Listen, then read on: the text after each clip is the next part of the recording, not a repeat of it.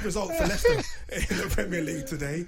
Iheanacho. I always said with Iheanacho, I was always scared for Leicester, Coley, that, with Harvey Barnes getting injured and James Maddison, who's going to get the goals to kind of take the pressure of Vardy getting them? And in the last, I think, month and a half, Iheanacho's definitely kind of rose to that now, isn't he? Hat-trick today as well for the young man. Yeah, talented kid. I think he's taken him a little bit longer to get kind of like established in the Leicester team. But over the last few weeks, because he's not playing regularly though? Yeah, I believe so. But over the last few weeks, I mean, some of the goals he's got have been stunning goals. Yeah, and his hat-trick today. Real good hat-trick. Real good hat-trick as well. And that look, I mean, Leicester are second in the Premier League now. You kind of feel like, unless they fall off a cliff like they did last season, Perry, they're almost cemented, I think, for a top 4 position. Yeah, but it's credit to Brendan Rodgers as well, because, you said they've had their injury problems. So the manager has to find a way, with personnel and a formation. He's gone to 3 centre-halves today, and he played Perez in behind Jamie Vardy and Iheanacho. And Jamie Vardy, we all know about his goal scoring, but his crossing is fantastic because he knows how a centre forward would want the ball played to him.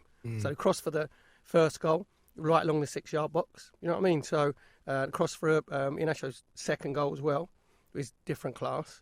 So he's got to take some credit. But Cole, I'm not being funny. You'd have fancied yourself even now scoring. I would have. No, don't go to Cole. I would have. Ade.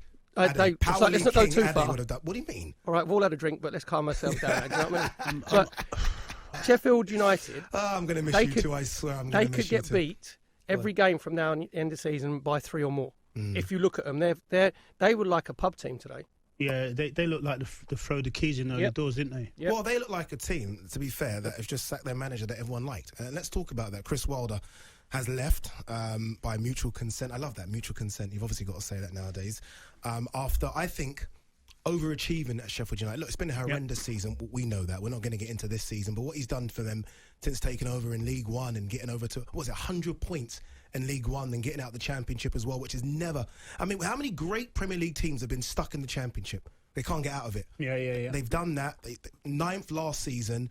Yes, it's not been the greatest season, but it's clearly a case, Cole, if they want to move on and find someone new. And that's what they've done. Move on where to? This is it, right? It's a $1 million question. Move on to where to? I think, like you said, and I think everyone will agree, he's done an unbelievable job at Sheffield United. I think there was grumblings early on this season. Change of title. Yeah. Manager to first team coach. I never understand that, if I'm honest with you. Never understand all that kind of nonsense. And then I don't think results have helped him. Of course, results will always help, but being the position that they're in, I think maybe it might have been a little bit easier for the owner to turn around and say, look, we're not in the best of positions. I want to change this. I want to change that. And Wilder's obviously said, well, that's not for me. Yeah. For where I want to be. And rightly so. He'll get a job. So. Wilder won't be sitting at home, with his feet up for long. He'll get a job because he's a good manager, Perry. Look, it hasn't helped, has it? Rhian Brewster. So he's had money to spend. That's the thing with Wilder, hasn't he? I mean, Rhian Brewster's come in and hasn't scored a goal. I mean, Coley, you all know as a striker, he hasn't scored. He can be playing well. If you haven't scored, you haven't scored. And that was a big gamble to spend, was it 24 million on Rhian Brewster? Ramsdale's come in. He's not the same as Henderson, is he? Again, big money.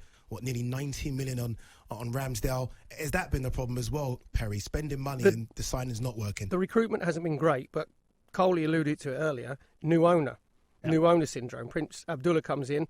The owner that Chris Wilder was working under before was Kevin McCabe, who loved Sheffield United, let Chris Wilder get on with his job. As you said there, when he took over, the first season, they were bottom of League One.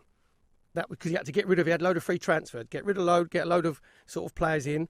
They think they come halfway that season. They won it the next season, should have 100 points, consolidated in the Championship, then got promotion.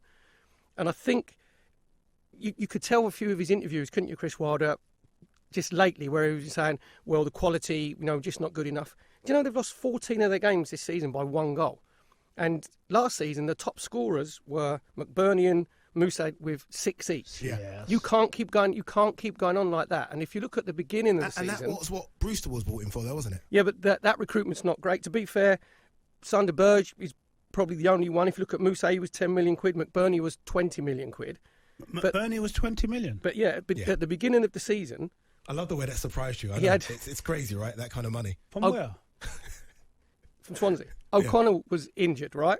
So their success last season was, the back five that they had, and they had the overlapping, underlapping centre halves, didn't they? So they had Henderson, Baldock, O'Connell, Basham, Egan, and Stevens. O'Connell gets injured; he's a massive miss. Henderson goes back to Manchester United. Ramsdale's not as good as him.